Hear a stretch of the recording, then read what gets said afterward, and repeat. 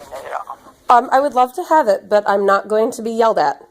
But You're talking, but you don't want to listen to me. When I am trying to tell you something and you're screaming, I'm not going to play that game, let me finish my sentence.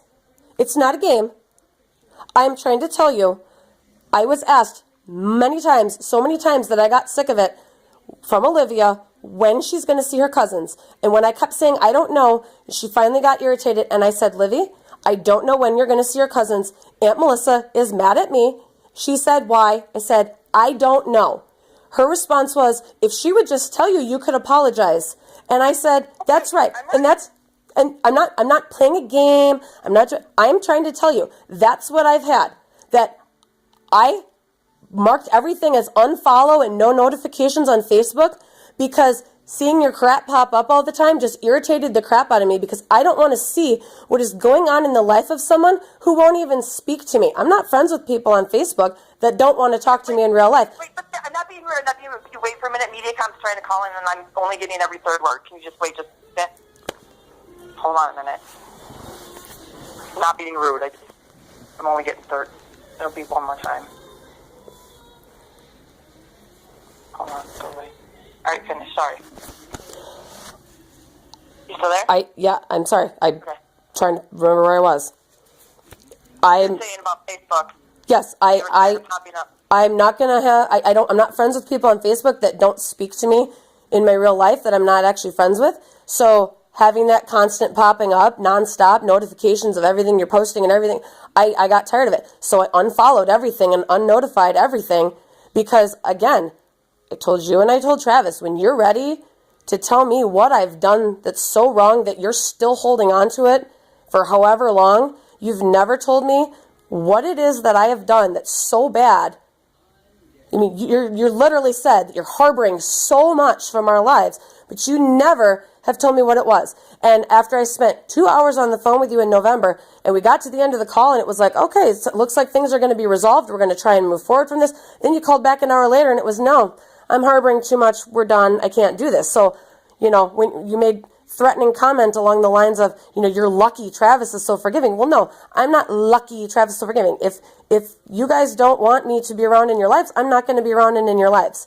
I don't feel welcome around you because I haven't been spoken to in 5 months. I absolutely did try to talk to you at my children's birthday party, and I was ignored. I brought you your crying child and tried to tell you what was happening, and you said, he's fine, and you walked past me with him and ignored me. So, that's really irritating. Didn't invite you to Easter because we weren't going to do Easter. We had no plans to do anything except for what my in-laws called. They called and said, we got a prime rib. You want to cook it up? Yep. That was what we were going to do. We were going to eat with my in-laws and have my neighbors come up. Had no plans of having any company. To us, it was just another day. I don't give a crap about the religious side of it because right now that is absolutely no part of our lives in our household at this moment in time. Well, and that's one of the issues that I have with you, is that it's the conversation we had, a couple phrases that really bothered me. The fact that you don't like our kids, because, quote, the neighbor kids are better behaved, we don't have problems with them. That was very hurting. That hurt a lot. 2, that you were tired of our, quote, religious shit. That you don't feel welcome in the church, blah, blah, blah, blah, blah. Very, very hurtful. We don't say that about your husband's career. Oh, well, he's not really a cop because he's just in school. That would be really hurtful if somebody said that to you. What does my husband's career have to do with us not feeling welcome in your church? Because that's what my husband does. That's part of who he is. But that's the truth, though. We don't feel welcome in your church. I can't help that. What do you want me to do? Well, that's what I'm saying. You want me to come to a church where I can't take communion because I'm not Catholic? Because you don't understand. You don't ask the questions. That's the thing, though, Nicole, is you wonder what bothers me. It's that kind of stuff. It's, you can support somebody without having to fully understand. And we have. But that's what I'm saying is here we come to Anna's first communion and you don't show up. See, here's the thing. Up until that point, I gave you the benefit of the doubt. I was going to call you. I had a sneaking suspicion you weren't going to be there. And I'll tell you why I had a sneaking suspicion. Because I pulled the page out of Mom's playbook and we'll send something ahead of time but not say anything to anyone and hope that it just gets under the radar. And I thought, no, I know my sister's heart. And she loves my kids. and she's never missed anything, so I'm going to give her the benefit of the doubt. And about 5 seconds later, Mom called and said, we're running kind of late. Do you want us to meet us at the church, or do you want us to meet at the house? And I said, we'll leave early from the house. We'll go to the church. I said, at that point, yeah, anybody that's coming is going to go to the church. So I gave you the benefit of the doubt. So we went to the church, and we reserved a pew for you. And that pew sat empty the entire time. And we had to go downstairs, and Anna said to me, is Aunt Nicole coming? Because you did make a promise in front of church that you would support her in her Christian faith, and this is a very important day for her. And I said, I don't know if she's coming. But at that point, I pretty much did know. And then she said, well, what's her excuse? And I kind of looked at Mom and I said, I don't know. Is she coming? And Mom said, no. Which means you've already talked to Mom about it. And I looked at Anna and I thought, what am I supposed to tell her? Because I have no idea what's going on. And I'm standing in a church and I've got an empty pew reserved behind me. And I have no idea what to say. Because any other time, the heart of my husband, my sister would have been that she would be there to support her. And I said, I'm sorry, Anna. I said, those that love you and support you are here. And she said, what is her excuse?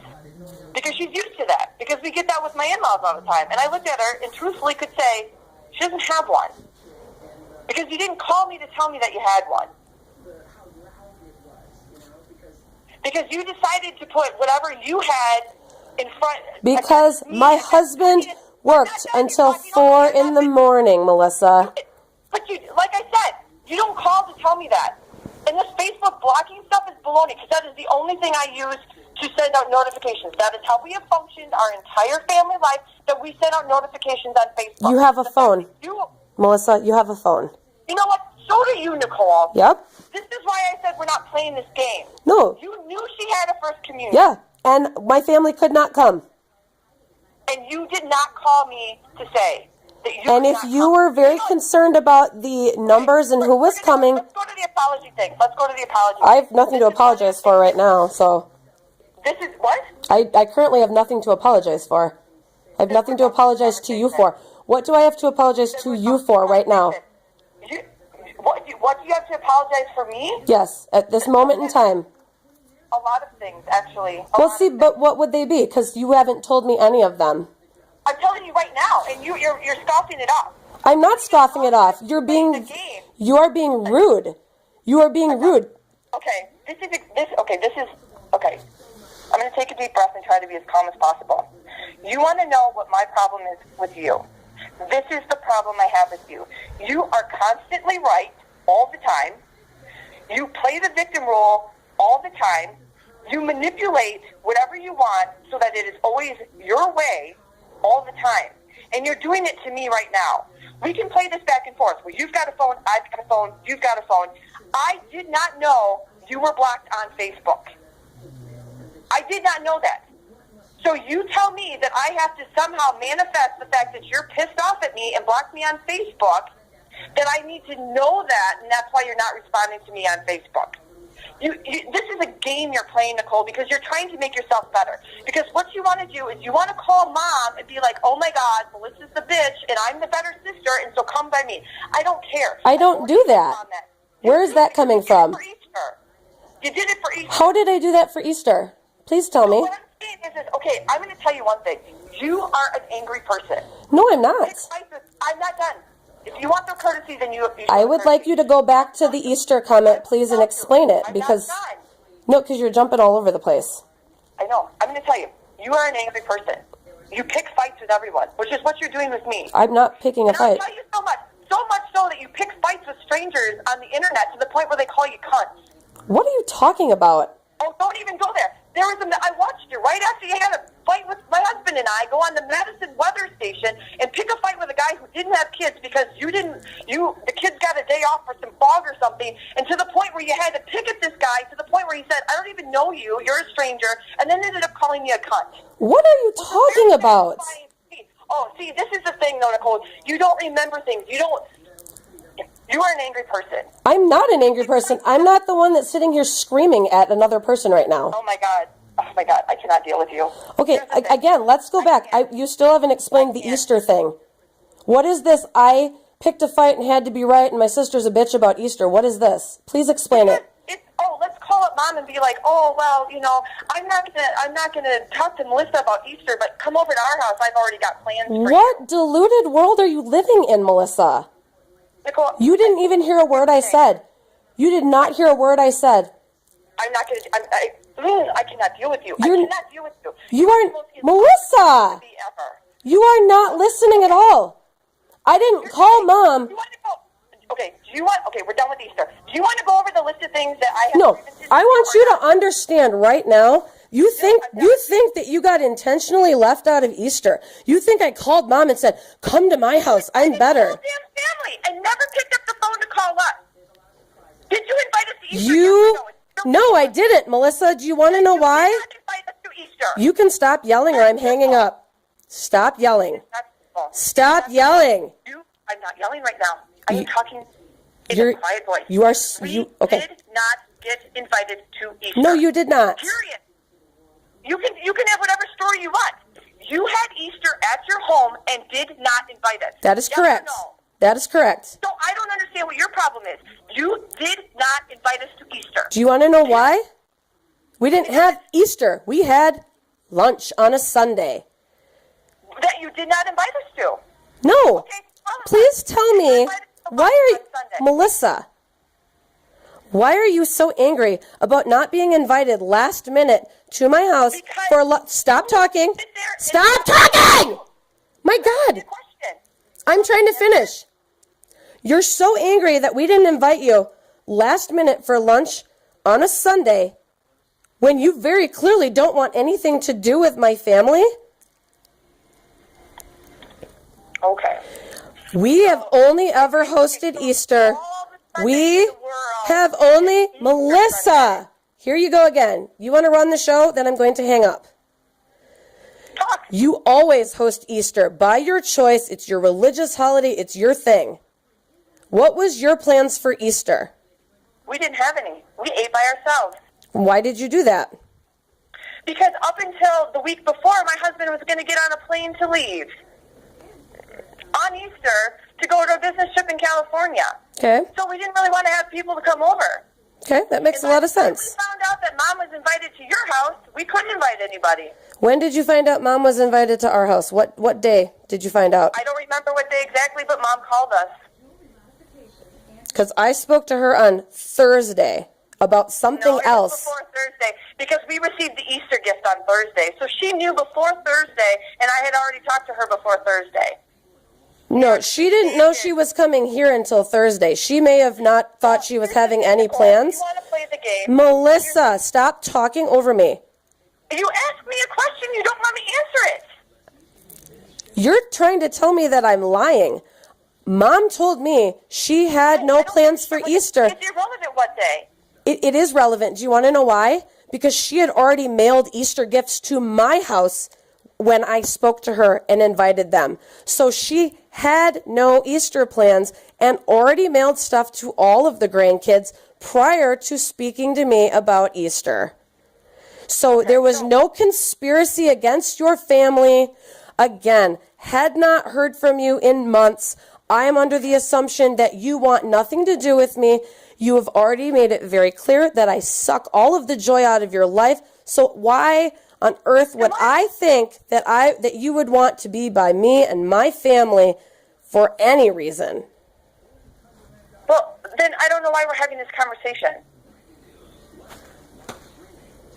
If that's how you want to go on, then that's not how I want to go on.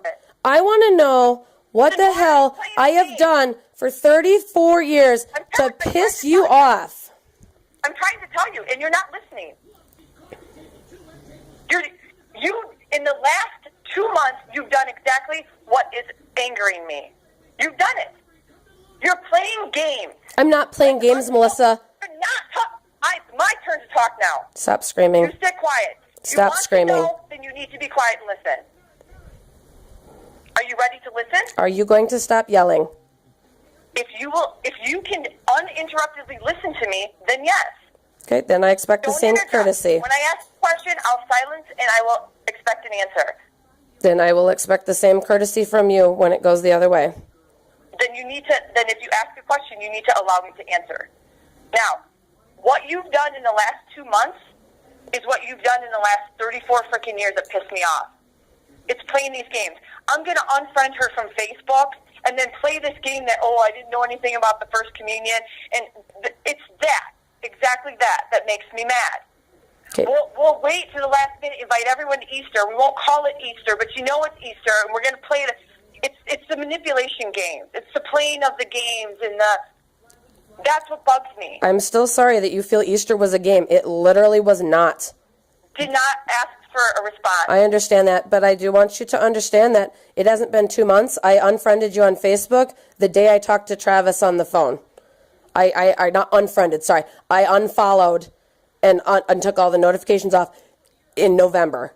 Okay, so it wasn't 2 months. I'm supposed to know that. No, you're not supposed to know that. That's the whole point of it. The whole point was to remove that negativity from my life. Again, what I'm saying is this is the stuff that pisses me off. You're playing games behind my back that I don't know of. I didn't unfriend you. I didn't unFacebook you. I didn't unblock you, whatever you want to call it. Even though, quote, I was pissed off at you, I didn't do that. And I'm supposed to function with the way. So then you're playing the game of, you've got to pick up the phone. But you know what? If you think that you know that Anna had a First Communion. Did your husband block me? Because he knows what's going on then, or not? Oh, wait, he couldn't have unblocked me because you saw the post that I posted and undo it. Why? Because I was really hurt. Because you couldn't pick up a phone either if you don't like it when I do it. Who's playing the victim now about Easter? Here's the thing. It's the hypocrisy. It's the unwritten rules. It's the perfection. Okay, Dad, I'm going to scream at you at the dinner table about a phone, but then sit there at Christmas and you and Matt sat there on the phone. It's the hypocrisy. It's the games. It's the manipulation. It's the acting like my kids always do wrong because they always blame the younger kids. It's the not liking my kids at the house. It's the not being able to put toys back in the right spot. It's the, oh my God, there's something on the floor for once and I can't tolerate it. It's the yelling at Matt for mashed potatoes. It's the yelling at Olivia for everything. It's the not even welcoming us when you walk in the door. Hey, we got a heavy table. Where does it go? It's the going up to your husband and saying, hi, thanks for inviting us to a party, and him saying, PMS and birthday parties don't mix. It's the being made felt like I'm walking on eggshells every time I'm around you because everything becomes a fight with you if you bring it up and it's contrary to what you have to say. Those are the things that drive me crazy. It's the valuing material things over the relationships that can be replaced. And broken relationships cannot be fixed. And my kids being so uptight about not being able to play at your house properly because God forbid something happens. I have 4 children. Shit happens. Messes get made. Guess what? They can be cleaned up. They can be cleaned up. But relationships broken cannot be. I'm not okay with that.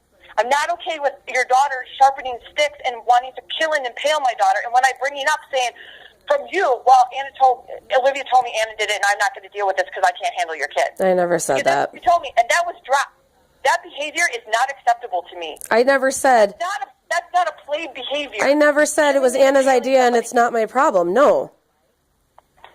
What? I'm sorry, what? I never told you, well, it was Anna's idea and it's not my problem.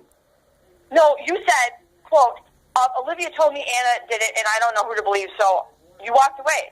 Nothing got done about that. Nothing. I did. I told my daughter not to do that. Well, it's we accidentally had John breaking a toy and you making a huge deal out of it. But see, here's the other thing is you say that you don't make a big deal out of it, but you did. To the point where my passive-aggressively doing it, to the point where my husband said, do you want us to go buy one right now? And then you're like, oh my God, he just jumped all over me. It's the whispering and the passive-aggressiveness instead of actually confronting the situations that drive us absolutely insane. And the fact that if we bring it up proactively and aggressively to say, this is what's bothering us, you jumping all over us about it. When have you ever brought it up besides Thanksgiving, though? When have you ever brought any of it up besides Thanksgiving? Because when I asked you during that conversation, we brought it up at Thanksgiving, and how did I get treated in that conversation? No, it was a fucking shit show on Thanksgiving. That wasn't bringing it up. Not Thanksgiving, the conversation I had after Thanksgiving. Okay, so here's the thing now. Okay, so I had the conversation after Thanksgiving. Now, you haven't spoken to me since then, so where's this growth and... My issue is that I bring up issues, and I told my You have husband, no I said, idea what's happened in 5 months. I'm not listening. You're not listening. You're talking over me again. You have no idea what's happened in 5 months since our conversation. You have no idea who I am as a person or things that have changed. You have no idea because you've chosen to not know. Because you haven't come. Really? Because I invited you to my daughter's first communion. You chose not to come. What's your excuse? I have given you my excuse. Do you want the other excuse so I can start fucking crying right now? Do you want to know that I just had a fucking miscarriage? That I've been dealing with that? And that I don't have a fucking sister to come to with stuff like that? That's why, Melissa. Because I can't sit there and look at you, who fucking hates me, and look at your 4 perfect children. I can't do that.